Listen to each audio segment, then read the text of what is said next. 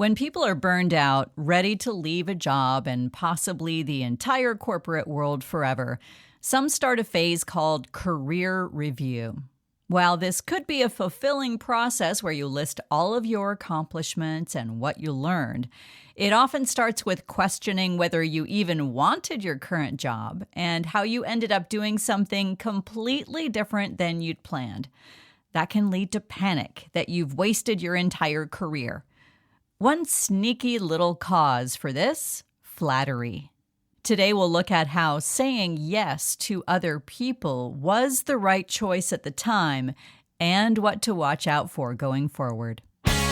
This is Burn the Map. If you've spent decades in corporate and you're ready to build something of your own, this is for you. I'm Shelley McIntyre and I help people make this transition. Let's go. Flattery is a powerful tool, especially in a corporate setting. Someone tells you how great you are, and you find yourself agreeing to take on a new project. It works because the need to be seen and appreciated is fundamental. We all want to be useful. I chatted recently with a wrestling coach who talked about it this way. You face your opponent. Their objective is to take you from standing to lying on your back. Their problem is that you will try to stop them, so they have to find ways to destabilize your center of support, to get around your flailing limbs and dodging head and take you down. Flattery is a tool of destabilization.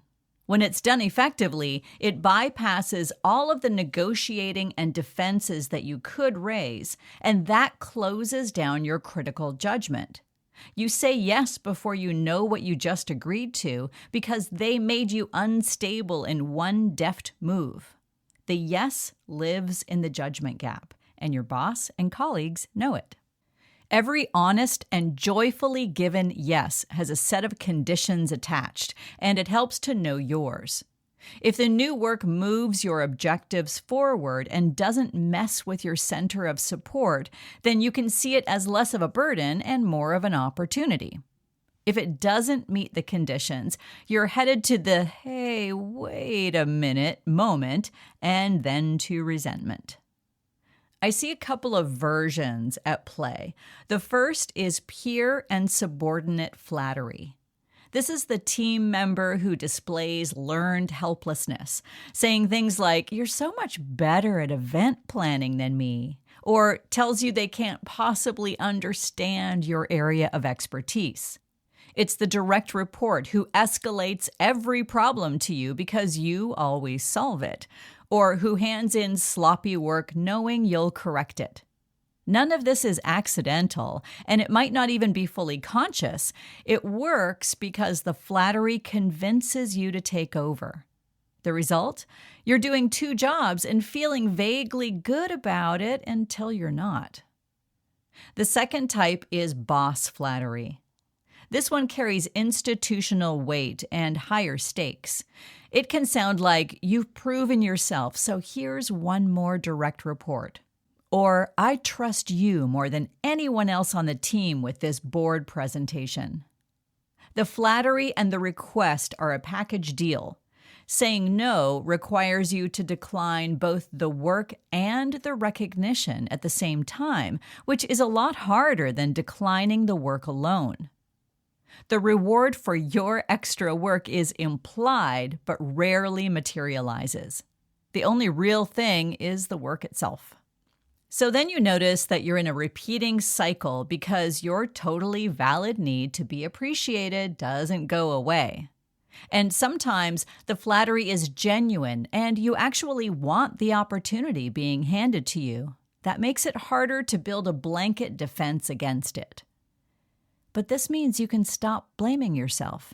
You are just being human in a culture that knew how to manipulate you. The real tension is how you participated in the manipulation that ended up with you accepting work you never wanted. The flattery to resentment pipeline is full of twists and turns. You might feel duped or gaslit, or it could be death by 1,000 cuts. You keep saying yes, which trains everyone to feed you more sugar-coated work. The even longer game happens when you see people get promoted for delivering all the work you did. Patterns are usually visible only in retrospect, and your career review is the perfect moment to see and understand them. So next time when you notice the pattern start, you can say to yourself, "Oh, I know this one." But how do you create that moment of objectivity? When faced with any request, a lot of us say yes automatically. In order to give yourself some other options, you'll need to take a breath first. That allows you to receive the compliment, say thank you, and decide what you want to do next. If we go back to the wrestling idea, you then realize you have a bunch of tools that can prevent your opponent from taking you down. They range from corporate speak like, "That doesn't align with my core metrics this quarter," to the simpler, "No." Experimenting now with ways to say no will come in handy when you begin the next phase of your career or the first phase of your retirement. Even if you're swearing up and down that you'll never get into your current situation again, people are waiting to try their flattery tactics on you. It could be a startup founder, the head of a nonprofit, or someone who heard you'll soon have extra time on your hands. When you listen to their pitch for your help, you can do a couple of things. First, check in with yourself. Is this work exciting and interesting? Would you offer to help even if there wasn't a person in front of you about to ask?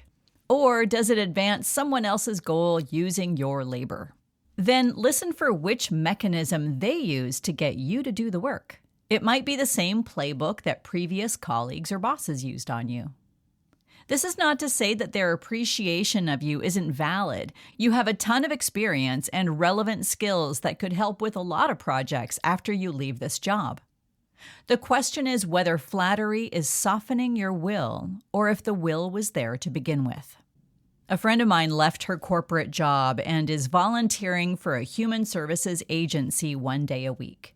Someone there approached her with an offer. "Come on board for a temporary role. It's just 40 hours a week. You'd be so good at it. You already know the ropes."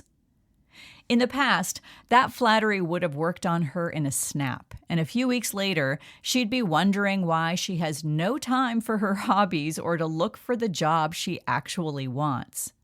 But today, she's accepting the compliment and setting it aside to consider the other projects and life obligations that require her schedule to be flexible. She's figuring out whether this job will work for her, how to retain her center of support and not let it destabilize her. If her conditions are not met, she'll stick with that weekly volunteer gig and call it good. As you conduct your career review, think about how much of it was you responding to opportunities you were genuinely excited about, and how much was the way someone presented it to you.